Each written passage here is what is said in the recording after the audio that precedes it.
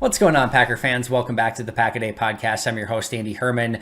You can follow me on Twitter at Andy Herman NFL. We're going to get back into our deep dives into the Packers rookies starting tomorrow. But before we get there, I wanted to take a quick moment to discuss the Packers trades that they made, both pre-draft and during the draft, because it's one thing to hear, all right, the Raiders traded picks 22 and 53 for Davante Adams, or the Packers traded 2 second-round picks up to move up to pick 34. But I wanted to take a deeper dive into what players they actually received in those trades and what opportunities were available had they not made those trades, et cetera, et cetera. So I think the clear and obvious discussion point, or the starting point, would be discussing the Davante Adams trade, right? Because this is a major change for the organization. This is going from the best wide receiver in football in exchange for a first and a second round pick. This is not paying a ton of money to a wide receiver who is almost 30 years old, and instead saving some saving some like monetary capital and being able to go out and spend some money in free agency, while meanwhile also picking up a first and second round pick. But what does that actually look like in the end game? What players were Green Bay able to receive in exchange for Davante Adams? So let's take a deeper dive and a look at that first. So on the surface, the Packers traded Davante Adams for pick 22 and pick 53, which maybe would be a bit easier if Green Bay actually made a selection at pick 53, but it wasn't exactly that easy, right? They moved up for Christian Watson using both of their second round picks to do so. So at the end of the day, the trade actually ends up being Davante Adams and the Packers' second round pick at pick 59, for Quay Walker and Christian Watson. So let me just say that one more time. Davante Adams and the Packers' second round pick 59, for Quay Walker and Christian Watson. So they traded Davante and a second round pick for an inside linebacker and a wide receiver. Now, I know my friend Peter Bukowski took a lot of flack for this conversation on Twitter, saying that Green Bay didn't do well enough in getting basically an off-ball linebacker and a wide receiver for Davante Adams in a second-round pick. And I understand the overall conversation, but I think there's a lot that goes into this, right? So on the surface, when Green Bay makes this trade initially, they don't know what's going to be on the draft board, right? They get a first-round pick, they get a second-round pick for Davante Adams. Just so happens that they move those 2 second-round picks up to get Christian Watson, which probably they're not as aggressive in doing if they actually have Davante Adams on the roster. But it's not quite that simple either, right? There's a lot of free agent money that goes into this. So I know a lot of people have wanted to jump to the conclusion and say, well, this is actually like, Davante Adams and a second round pick for Quay Walker and Christian Watson for Devondre Campbell and some other free agents, right? I am of the belief, and I can't prove this to you, I can't report this, I don't have any inside information on this. I am of the belief that if the Packers would have maintained and retained Davante Adams as the highest paid wide receiver in football at the time, that even then, with a contract that Devondre Campbell would have gotten or would have wanted, that they would have found a way to make both of those moves work. Excuse me. So I believe that Devondre Campbell would have been a Packer, whether Davante Adams signed with the Packers or not. That's my belief. Can't prove that. Can't guarantee that, but that I believe that Green Bay would have really wanted Devondre Campbell back, and I think at that price point, along with Davante Adams, I think they would have found a way to make both of those deals work. What I can say is I do think there are, at minimum, 3 other deals that are on the roster that would not have happened if Davante Adams was still a Green Bay Packer, and that includes Rasul Douglas, that includes Jarran Reed, and that includes Sammy Watkins. So how I view this trade in totality at this point is Davante Adams and the Packers' second round pick at pick 59 for Quay Walker, Christian Watson, Rasul Douglas, Jarran Reed, and Sammy Watkins. That's a really interesting deal to discuss, right? So on the surface, again, if you're just looking at the picks, right, you might be saying like, all right, Davante Adams and a second round pick for Christian Watson and Quay Walker, right? Let's just start there. You could make an argument that going into the draft, that like pick 59 is around where Christian Watson was supposed to go. Now, wide receivers were really aggressive in this draft and how teams selected them and drafted them. So you could say like Green Bay made the smart move in moving up to get him, which we'll talk about more in just a moment. But you could make an argument that the value for Christian Watson that most teams probably had was around pick 59. So you're saying that pick 59 for Christian Watson is around where he was valued originally. So you're trading Davante Adams and some serious salary cap space, but Davante Adams straight up for Quay Walker. I get if people want to say that's a tough pill to swallow. Now, again, it's not perfect, right? Because clearly there were probably teams that were going to take Christian Watson ahead of pick 59. I think just his size, speed, agility, acceleration, just his overall playmaking ability as a wide receiver probably would have had somebody taking him ahead of that spot. Impossible to say for sure, but I think that's ultimately the case. But again, I think you can ultimately make the argument that the difference between pick 59 and Christian Watson as a prospect or as a player is relatively minimal, which again leads you to Davante Adams for Quay Walker. Now, a couple things, right? There's some butterfly effect here, meaning if Davante Adams was still on the team and Green Bay only held pick 28 and 59 in that situation, who knows what happens, right? So at pick 28, maybe with no pick 22 in that situation, maybe Quay Walker still falls to pick 28. So maybe Green Bay gets Quay Walker at pick 28. So maybe it's actually Devontae Wyatt that's not a Green Bay Packer. Or maybe, in fact, Quay Walker does go and he goes ahead of Green Bay. And now instead of, Devontae Wyatt on the clock, now maybe that decision is between Devontae Wyatt and Devin Lloyd. And maybe they still really value that inside linebacker position. So now maybe Devin Lloyd is actually the pick at 28. So now maybe you have Devin Lloyd at pick 28 instead of either Devontae Wyatt or Quay Walker. Like, there's a lot of differences that we don't know the exact details of with where Green Bay had players on the clock and what other teams would have done between pick 22 and pick 28 if Green Bay was not selecting at 22 and if it was the Raiders that were actually selecting at pick 22. And again, clearly they don't have 2 second-round picks to move up to get Christian Watson. And in that situation, they're probably not as interested because they actually have Davante Adams. Their draft probably changes quite a bit if they don't have Rasul Douglas. They probably target a corner in a much earlier round because they need more depth at that position. Again, there's no Sammy Watkins probably on the roster. There's no Jarran Reed, so maybe defensive line becomes a much bigger, even with Jarran Reed on the roster, they went, pick 28 for Devontae Wyatt. So, clearly they thought that was a position of need. It's very difficult to tell exactly what the domino effect would be. But in the end, I view this as Davante Adams and a second-round pick 59, for Quay Walker, Christian Watson, Jarran Reed, Sammy Watkins, and Rasul Douglas. Now, who wins that trade? Well, it's going to take some time, right? It's going to take some time to see exactly what Davante Adams does at this stage of his career. There's an opportunity that he gets to that age 30 and has a setback and doesn't perform the exact same way that he did in the prime of his career. And in that situation or scenario, you can argue that getting a first and second round pick and saving a bunch of salary cap money was the right way to go. Now, if Davante Adams for the next 3-4 years plays still as the number one wide receiver in football, that changes things a bit. The other thing that's worth noting here is that Davante wanted out. He wanted to go to the Raiders. He didn't want to be a Green Bay Packer anymore. So Green Bay, at some point as a general manager, you need to make egg salad out of, out of a crappy situation. I'll put it that way. If your star wide receiver wants out and doesn't want to be a Packer anymore and is adamant that he, isn't happy in Green Bay, you've got to make a, business decision at that point. And to get a first and second round pick and save a ton of money in that situation, I don't think is the worst case scenario. And then I do feel like there is the consideration that you have to sort of separate church and state here.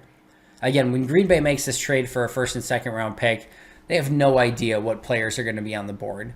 You're making that a few weeks in advance of the draft. You just don't know how that draft is actually going to develop. For all you know, one of those top wide receivers falls to 22, and that's what you're hoping. And it just didn't end up that way, right? I think at some point you have to separate the two and say, all right, we're going to take a first and a second round pick and save money on Davante Adams and not paying that huge contract. And we're going to use those picks the best we can. And at that point, I think what Green Bay does is they stick to their board. And that's what they did in this situation. Quay Walker was the best player on their board, and they trusted their gut, they trusted their decision, and they went with Quay Walker. Does it hurt or sting a little to hear that you gave up a second round pick and Davante Adams for just Christian Watson and, Quay Walker, an off-ball linebacker? Yeah, I can understand how maybe that would feel a little bit underwhelming considering the player that Davante Adams is. But I do think you have to consider that the players that Green Bay was able to retain or get with the money that they probably wouldn't have had Davante Adams been on the team. And maybe, just maybe, Devondre Campbell is a part of that equation. Maybe they wouldn't have been able to keep Devondre Campbell. Maybe they could have brought in a Jarran Reed on a cheap deal, but maybe it's Campbell, and maybe it's Douglas, and maybe it's Sammy Watkins that aren't on the team. And that's a totally different roster, right? So it's really difficult to know exactly, again, the butterfly effect that would have happened had this not been the case. But it's very clear that Green Bay was able to get two prospects that they really, really liked, as well as at least probably got, at minimum, Jarran Reed, Sammy Watkins, and Rasul Douglas on the roster because they had extra money to spend because they didn't spend it on Davante Adams. How Green Bay did and how they graded in this trade, again, a lot of that's going to be dependent upon how some of these free agents, how Reed and Watkins and Rasul Douglas pan out, how Quay Walker and Christian Watson acclimate to the Packers and how they're able to perform, and how Davante Adams does as an older wide receiver with the Las Vegas Raiders. And some of that's just going to be, timing and seeing how things play out. Overall, I get the optics maybe aren't exactly the best because, again, Davante is just that guy, right? You never want to get to the situation where you have one of the best players in football and you have to get rid of him. Like it's not the ideal situation, right? But I do believe Brian Gutekunst did the best that he could to make the most out of that situation, get a playmaking wide receiver, get an off-ball linebacker that even in his first rookie minicamp made a huge impression, and grab some free agents that you think can help your team this year. And the last thing I'll say in regards to this, right, is that Davante Adams and a second-round pick, there's no telling what those players could have brought to Green Bay in 2022, right?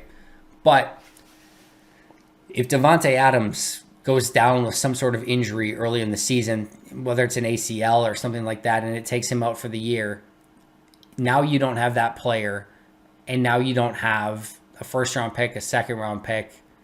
You don't have Rasul Douglas, you don't have Jarran Reed, you don't have Sammy Watkins. So diversifying a little bit and making your overall team better and giving your overall team more depth in exchange for the best wide receiver in football isn't the worst case scenario. Again, how this works out the story will be told over time. I don't hate the deal for Green Bay. I think Brian Gutekunst did the best he could in that situation, knowing that Davante Adams wanted out and wanted to play with the Raiders. And it's just going to be, now time will tell, right? And I just think that it's going to take a few years before we can really evaluate these prospects. And I think, again, there should be some separation of, like, Green Bay. It's not in the moment like you're trading Davante Adams for Quay Walker and, Christian Watson, etc. Green Bay acquired a first and a second round pick from the Raiders, and they thought they did best with what they had in those draft picks to be able to select Quay Walker at 22 and be able to package 2 second round picks for Christian Watson. Whether that turns out, again, only time will tell. I don't hate the deal, but again, I think it is going to be a deal that is worth monitoring over the next few years. And again, last thing is, again, it's just worth pointing out one more time that Davante Adams was the one that set this up, right? I don't think Green Bay was looking to deal Davante Adams. I think they wanted to keep him on the team. He wants out, and they did the best that they could in that situation. And now we will wait and see how these picks ultimately end up. All right, so the next deal, which has also been much talked about, was the Packers trading up for Christian Watson. So they trade picks 53 and pick 59 for Christian Watson to move up for the ability to select Christian Watson. Now, this trade is a major loss for the Green Bay Packers on every trade chart. In fact, the predominant trade charts will tell you that pick 53 and pick 59 should have gone for pick 34 and a third round pick. That's not great that they didn't get that third round pick or any pick in return. They paid a huge premium, pick 53 and pick 59, to move up to get the best wide receiver that they had on their board that was still remaining.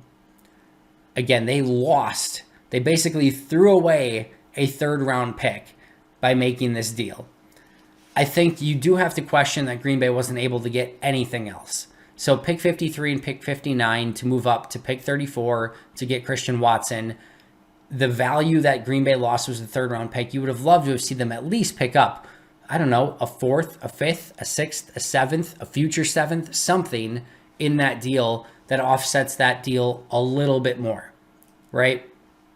Pick 53 and pick 59 should have netted pick 34 and a third round pick. And they said, screw it, we don't need the third round pick. We just need pick 34. And you have to know that if Minnesota was willing to trade with Green Bay, that it would have taken a premium to do so. Well, Brian Gutekunst paid a premium, a massive, massive premium.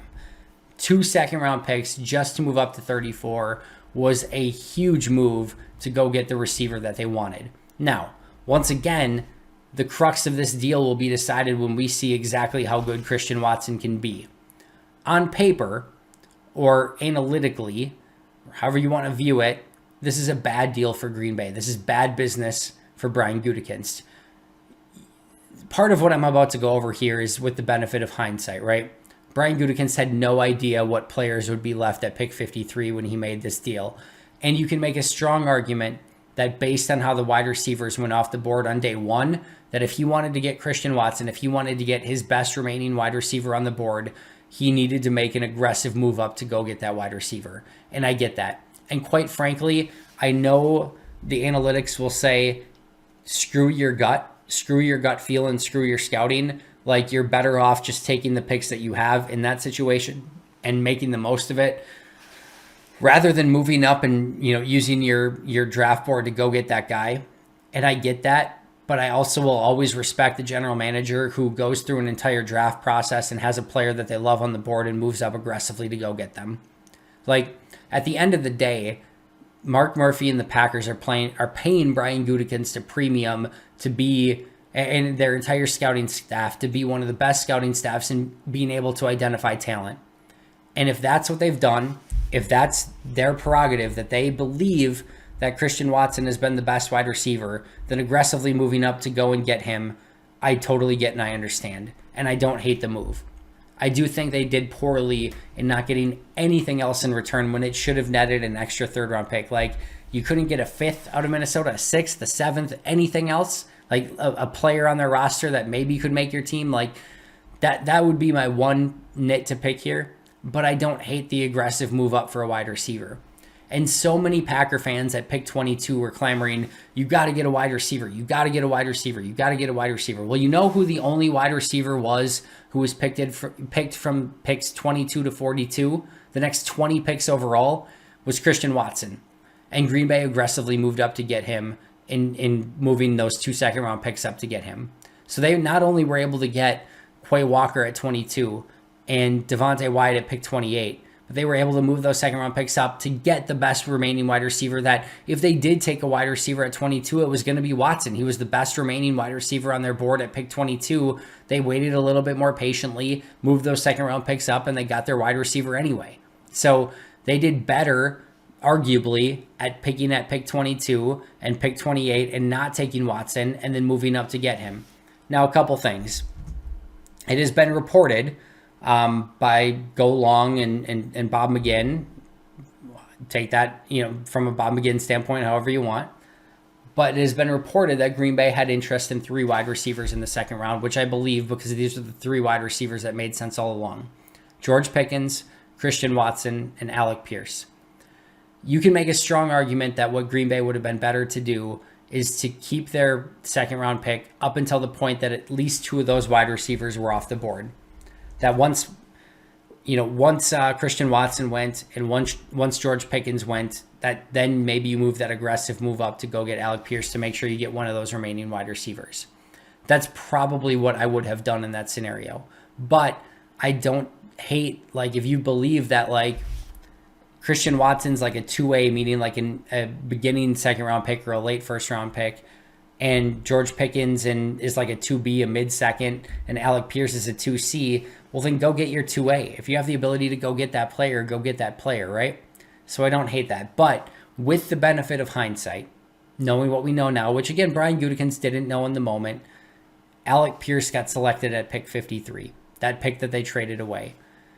And you can make a strong argument that, you know what, we don't, instead of taking, moving those 2 second-round picks, like, you're just better off to take more swings, right?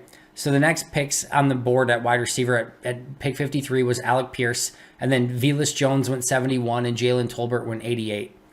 Like, you can make an argument of, like, you know what, if you don't make that selection and you just keep your picks, taking 2 of those wide receivers, like, let's just say you took Alec Pierce and Jalen Tolbert, like, your odds of hitting a wide receiver in that situation might be better than if, by moving up and taking Christian Watson, just analytically. Again, I don't hate moving up for Watson. In fact, I really like the move and I really love Christian Watson. But you could make the argument that sticking for Pierce and then taking like a Jalen Tolbert might give you better odds at finding a wide receiver than what just moving up for Christian Watson would. You could also make an argument that staying at 53 and taking Pierce and still having the option of taking a Drake Jackson, a Jelani Woods, a Travis Jones, and a Kobe Dean, that all of that would have been the better route to go. And I can't certainly argue with that either. You could also make the argument that if you valued Christian Watson that highly, maybe take him at pick 28, and then instead, with picks 53 and 59, at 53, Travis Jones was still available at that point. He got picked a decent while later. That you pick Travis Jones, and then, or you take like the best tight end of the board, Trey McBride. So maybe you get Trey McBride and Travis Jones, or Travis Jones and Jelani Woods. Like, there were some different routes that you could go. I think Green Bay was probably a bit over aggressive in moving up to get Christian Watson. But again, I'm never going to fault the GM. Now, Brian Gutekunst's resume of trading up for picks so far hasn't been great. Jordan Love, a big piece of that. But overall, I believe in the general manager in moving up to going to get your guy. He, understandably, after seeing the run at wide receivers in the first round, believed that he needed to make an aggressive move up to get his top remaining receiver on the board in the second round. He traded both of those second round picks to get Watson, and now it's up to Christian Watson to prove Brian Gutekunst right. I like the move. I love Christian Watson. I think he's going to be a great fit on the team, but you can make a strong argument that that wasn't ultimately the best use of draft resources. And I know draft analytics nerds, which I love, will tell you that this was not the best move for Green Bay. I don't mind it as much, and I like Brian Gutekunst getting Christian Watson and making him a member of the Green Bay Packers. Last but not least, pick 171 and 179, or excuse me, pick 171 for pick 179 and 234. Green Bay moved down 8 selections and picked up an extra 7th round pick. This is a win for Green Bay. However, I will say this, knowing what we know now, and I think how much we really, like the pick of Kingsley and Igbare, to pick up an extra late 7th round pick at the risk of losing Enigbare at that situation, I don't love. I think ultimately you could make an argument that I'm sure Brian Gutekunst had like 4, maybe 5 guys, maybe even like 3 that he really liked at that spot and felt pretty comfortable that at least one of those guys was still going to be available at 179. And ultimately Enigbare was still available at 179.